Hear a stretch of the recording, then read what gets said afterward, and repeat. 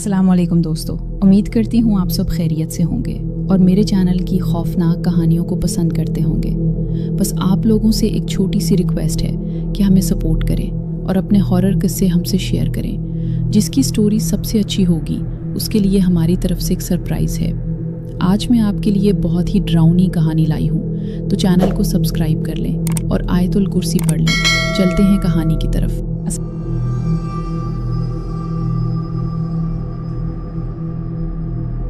अगर आप हमारी बात करें तो पिछले तकरीबन 27 साल से हम कराची के एक ऐसे इलाके में रहा करते हैं जिस इलाके में आज के दौर में भी लोग रात में सफ़र करने से परहेज़ किया करते हैं। बात यह कि हमारा जो एरिया है, हमारा जो इलाका है, इसके बारे में कहा जाता है कि अक्सर रात के औकात में यहाँ पर छीना झपटी या चोरी डकैती के वाक़यात पेश आते हैं। जी हाँ, जिस इलाके की मैं बात कर रहा हूँ ये बेसिकली हॉक्सबे रोड है।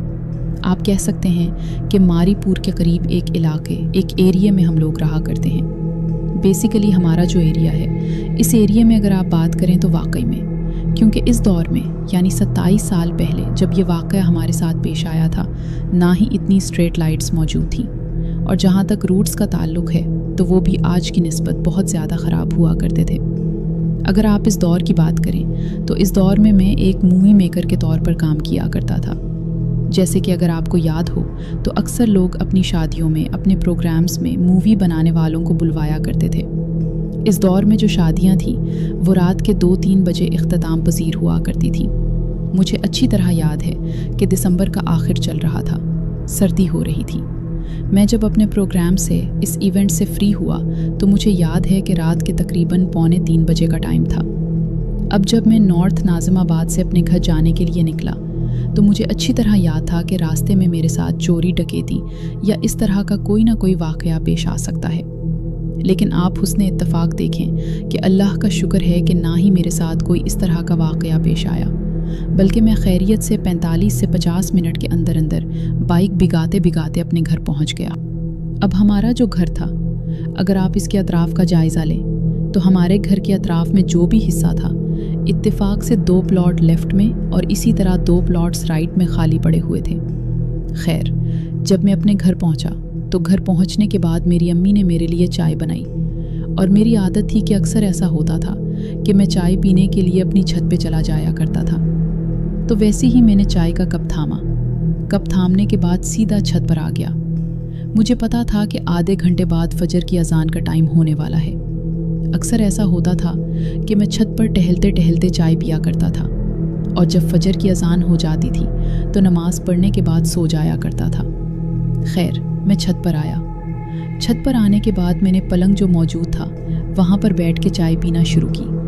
तो मेरा ख्याल है कि मुझे चाय पीते पीते मुश्किल से 5 या 7 मिनट गुजरे होंगे। मुझे हल्की हल्की सी म्यूज़िक की सी आवाज़ आना शुरू हुई। ऐसा लग रहा था मेरे अतराफ़ में किसी जगह कोई प्रोग्राम चल रहा है और शायद वहाँ से हल्की हल्की पियानो जैसी आवाज़ आ रही है।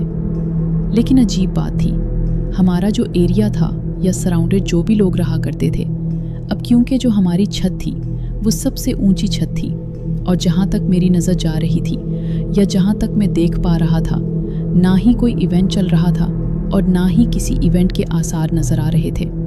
खैर, जब मैंने कुछ देर गौर किया और गौर करने के बाद मुझे वो जगह नज़र नहीं आई तो मैं अपनी चाय पीने में और अपने ख़यालात में मगन हो गया। मेरा ख़याल है कि 5 मिनट के बाद मुसलसल खामोशी हो चुकी थी और फ़ज़ा वैसे ही पुरसुकून थी जैसे कि आम तौर पर रात के औकात में, ख़ास तौर पर सर्दी की रातों में हुआ करती है।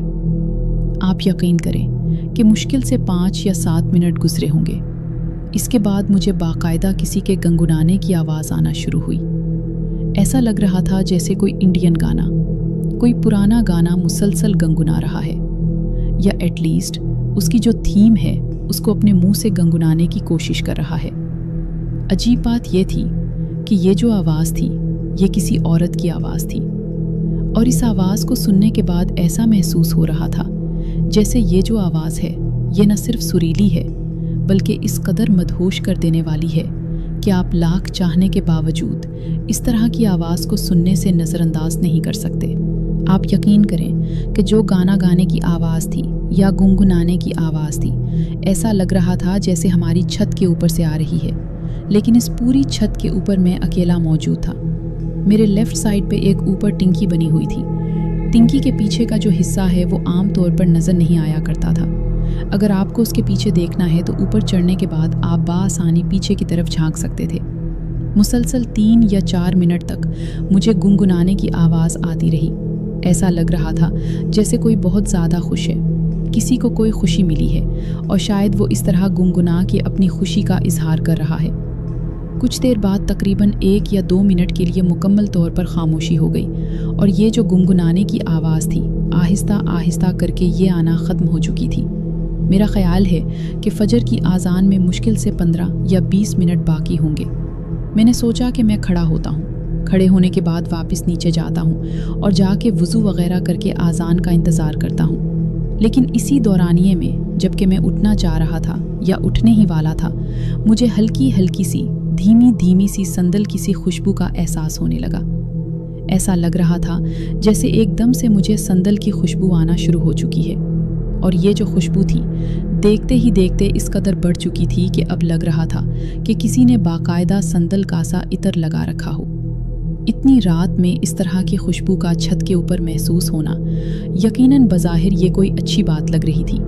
कहा जाता है कि अक्सर रात के औकात में तन्हा जगहों पे, वीरान रास्तों में या किसी भी ऐसी जगह पे जो कि पाक साफ हो, अगर आपको इस तरह की खुशबू आने लगे तो आप समझ लें आपके अतराफ में कोई ना कोई पाक मखलूक मौजूद है। आप यकीन करें कि जो ही ये खुशबू बढ़ती चली जा रही थी तो एक वक्त तो ऐसा लग रहा था जैसे मेरे अतराफ में बहुत सारे लोग मौजूद हैं और सारे के सारे लोगों ने इतर या ये खुशबू लगा रखी है।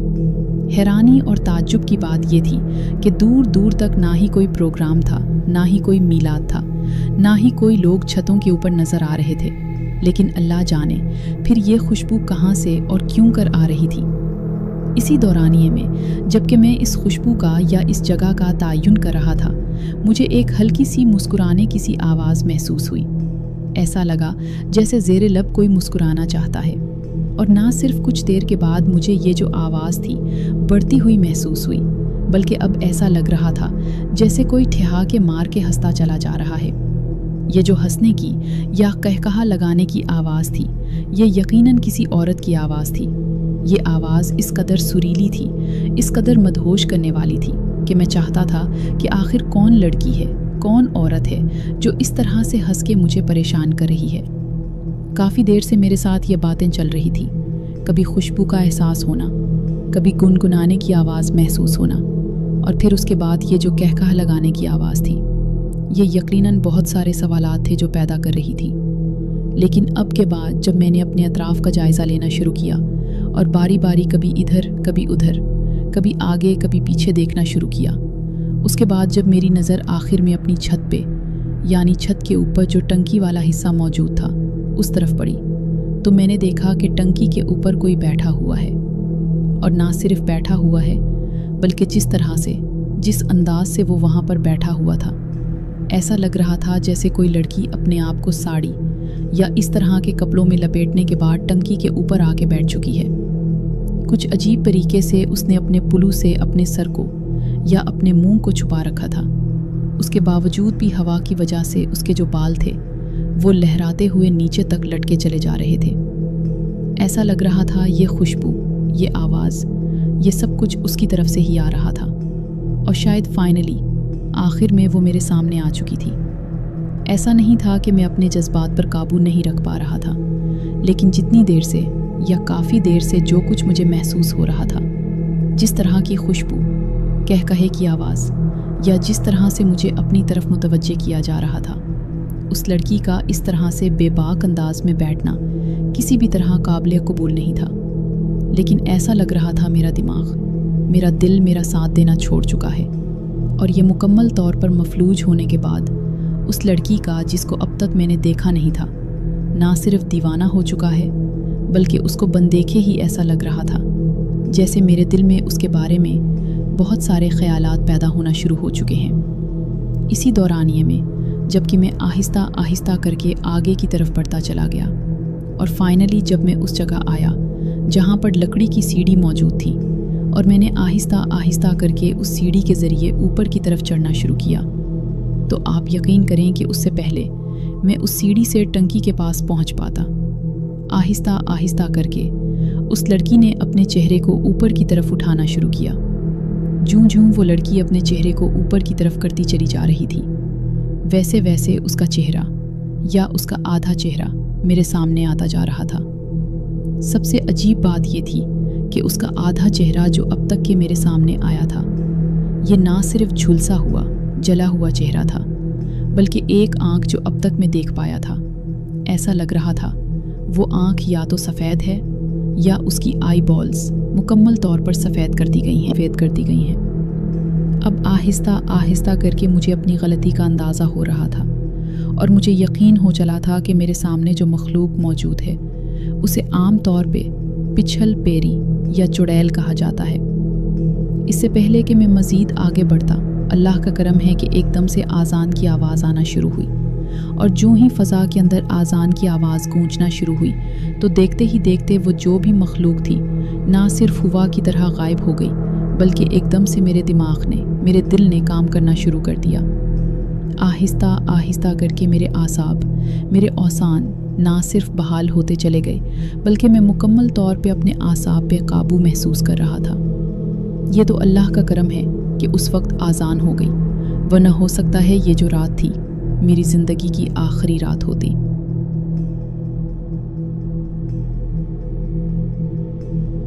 तो दोस्तों, ये थी आज की खौफनाक कहानी।